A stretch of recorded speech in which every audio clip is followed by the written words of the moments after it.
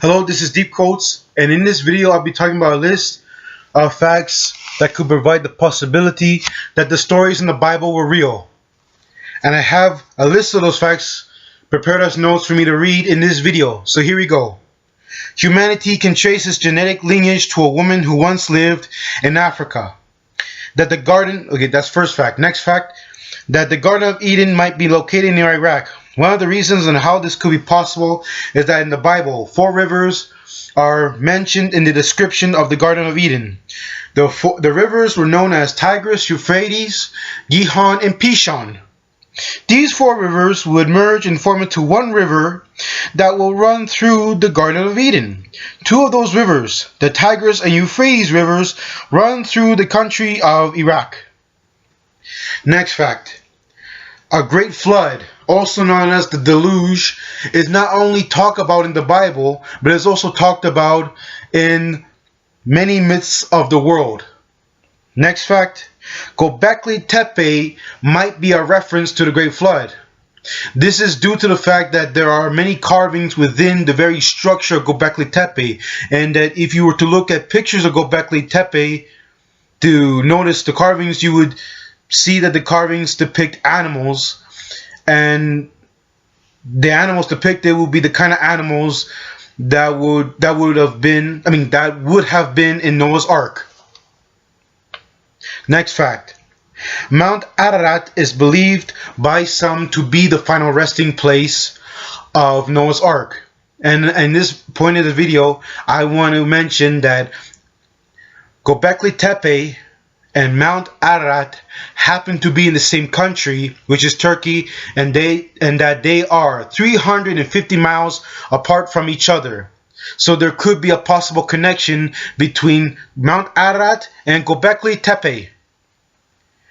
Next is the Book of Enoch, which talks about the fallen angels and how the fallen angels had fathered the Nephilim, how the fallen angels had taught humanity certain disciplines, including science, metallurgy, and weaponry. And that the Book of Enoch even mentions the names of the fallen angels. Next, a piece of pottery discovered in southern Israel contains the name of Goliath.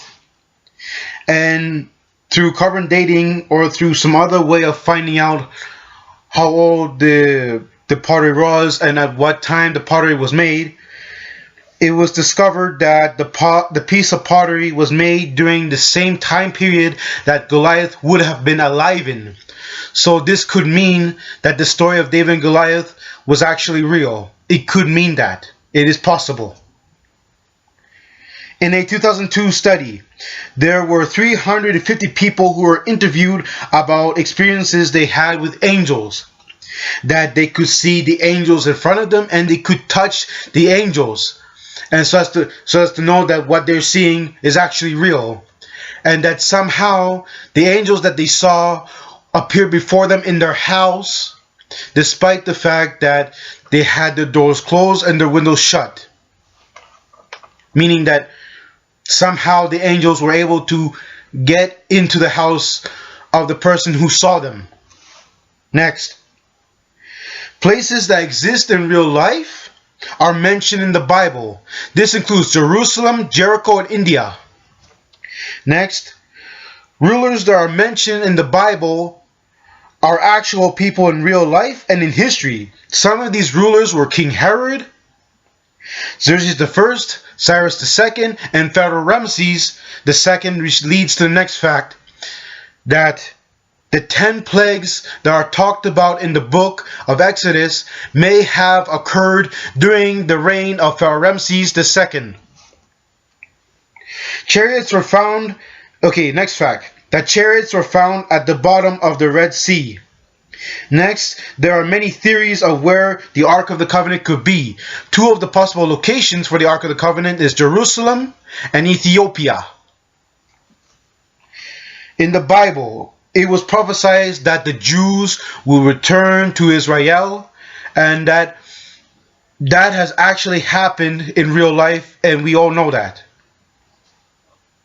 Next, it is said that the remains of the 3 wise men are in a golden sarcophagus sarcophagus type of box, which is known as the Shrine of the Three Kings, and that it is in the Cologne Cathedral in Germany, and that anybody can see that when they go to Germany, whenever they go to the Cologne Cathedral.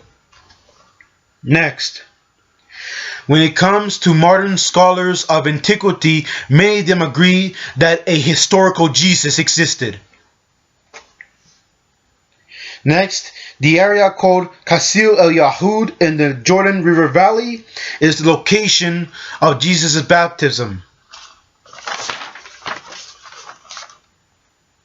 Next, there is the nails of Jesus, which is something that has been searched for, that people have tried to search for the nails of Jesus, and there is a huge possibility that the nails of Jesus exist, that they actually exist, and that the nails of Jesus has been talked about by the Canadian Israeli journalist Simcha Jacovici.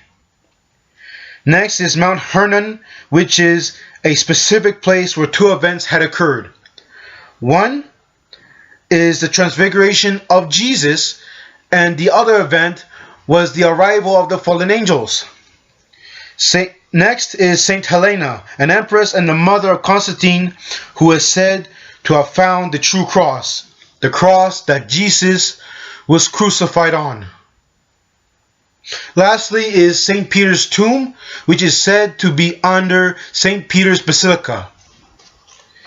So those are all of the facts that I've talked about in this video, and I want to mention that it's one thing when people look at the stories of the Bible and say, oh, those are only stories. However, if we find something related to that story of the Bible, or we find something that could prove that the story was real, then of course that will change the thoughts that people have.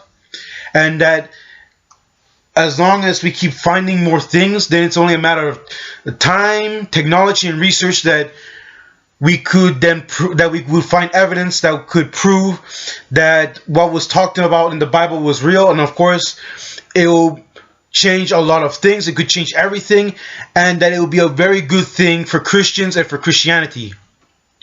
And so before I end this video, I want to say that I hope that anybody who watches the video has enjoyed it, that they liked it, that they found it interesting, and that they found it educational. And I want to mention that if there's any of you viewers who happens to be Christian or happens to be someone who believes in God and in Jesus, regardless of your denomination, if you believe in God and in Jesus, and if you have watched this video, then I hope that this video is something that can be